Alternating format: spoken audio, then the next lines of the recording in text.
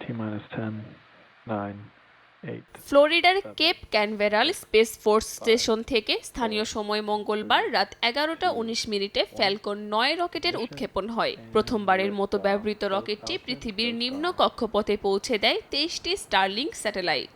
এর একদিন আগেই উৎক্ষেপণের চেষ্টা করা হয়েছিল, তবে শেষ মুহূর্তে তা বাতিল হয়ে যায়।